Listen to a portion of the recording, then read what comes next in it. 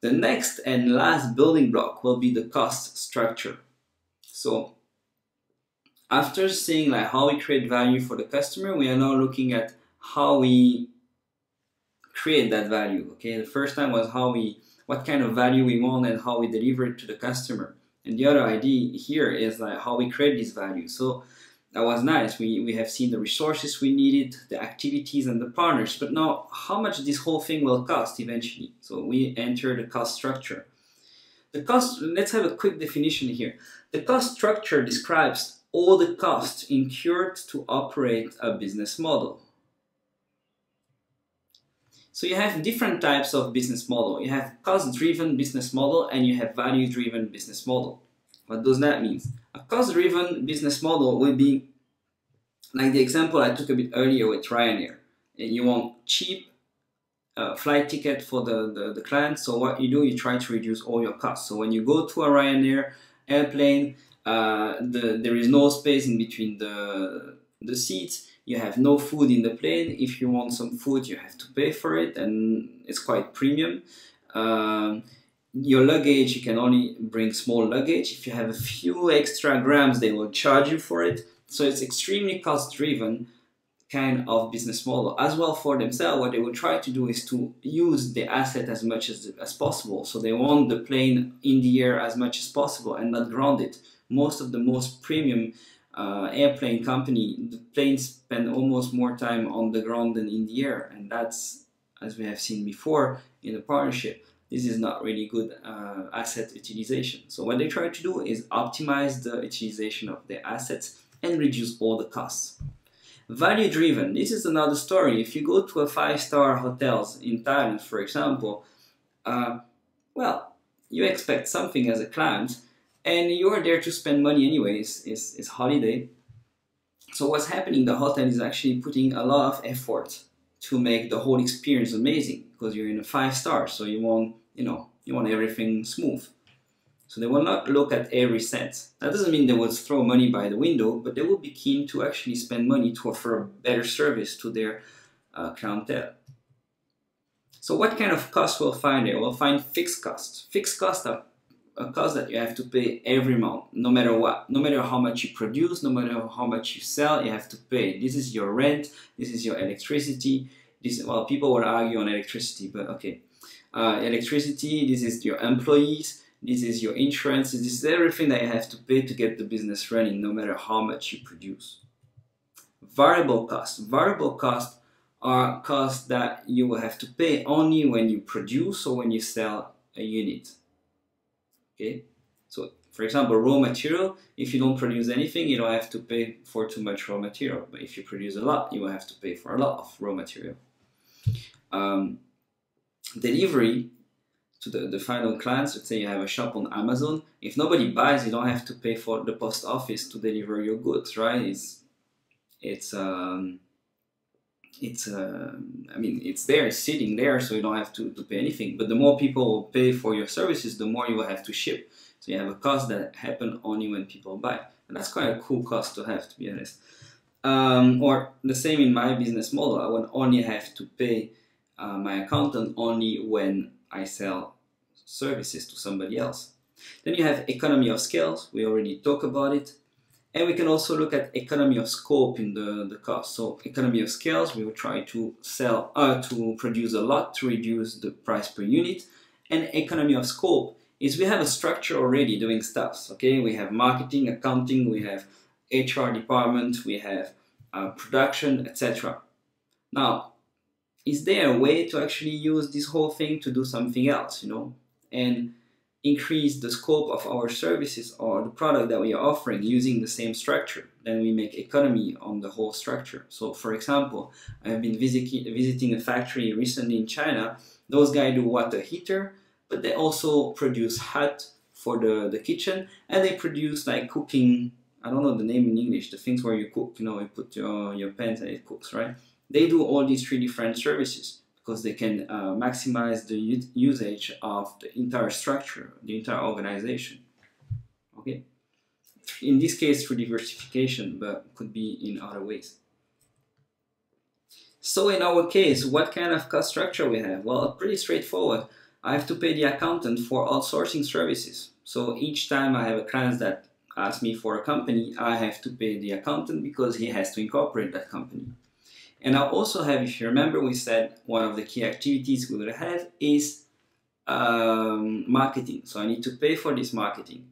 YouTube is free, but when I have to do a LinkedIn ad or Google AdWords, I will have to pay. So paid ads. And here we are. As you see, the entire business model is there. So we are talking to French entrepreneurs. What we do, we help them to get the business in Hong Kong, and the service is in French. It's all inclusive. Why they will work with us? Because it's easy to make business. Why they will want to come to Hong Kong? Well, it's because it's easy to make business. The tax is really attractive, and there is China that is just next door. It's an interesting market. What kind of channel we'll use to build a relationship? Mainly, in my case, I'm not really look at delivery. It's more how I build relationship with those guys, how they get to know me and assess me, is basically through YouTube, through LinkedIn ad, and Google AdWords. What kind of customer relationship I will have is personal assistance in French. Good. So now we create value. How I make money? I will sell each of the package to incorporate the company plus 1 year maintenance all in. That's the idea, that's the pricing. And I have a maintenance fees every year. That's how I make money. Now, how can I do that? I need resources. The resources is knowing about the knowledge about how to set up a limited for me to be able to deliver consulting and look credible. The other thing will be my YouTube channel, okay, with the videos, because I want to do videos on that. And third, I will need to partner with a consultant, an accountant that will actually do the job for me. All the operation, all the production will be done by this person. Then what are the key activities in my business? On one hand, I need to do marketing, I need to consult the clients that comes to me, and I need to liaise with my accounting partner. So key partner I need, well, for sure I need a local accounting partner. That's it, I don't need anything else, just that.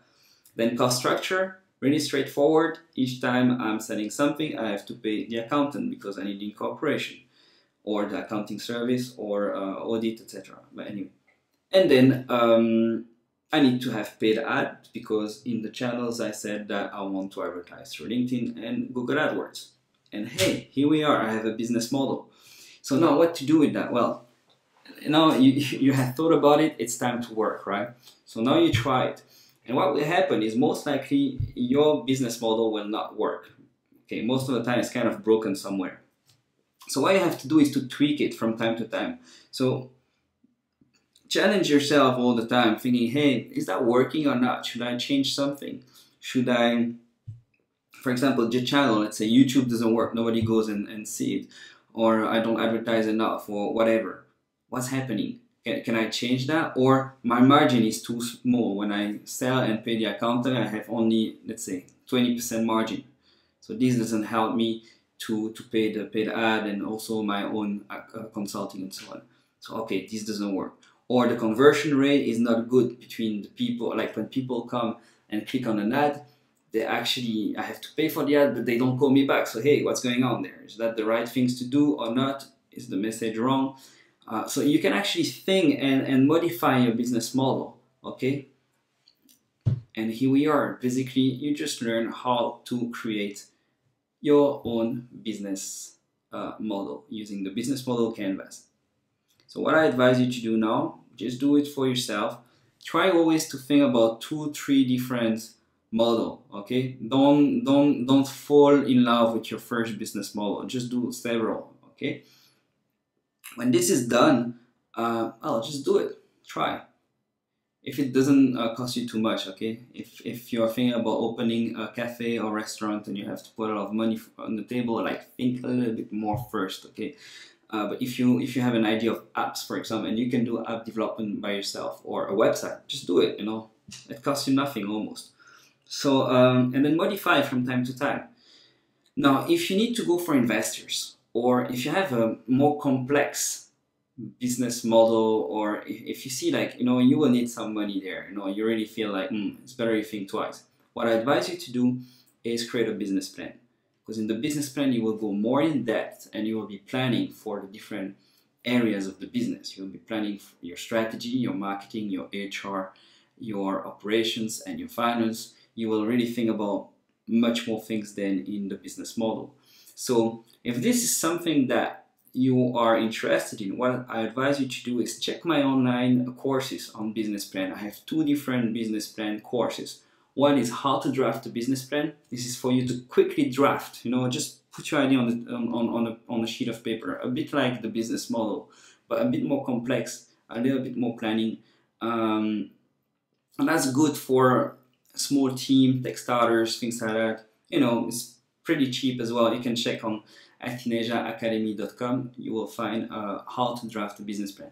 The other thing you can do is you go for my bigger course, Create a Damn Good Business Plan. And this one is better if you have a big investment to do, or if you want to go and see investors. Like, you want to open a coffee shop, or you want to open a restaurant, or you want to open a hotel, a guest house, a chain of whatever, go for a more complete business plan. I know some people say, just do it, like entrepreneurs about doing, not about planning, but you know what?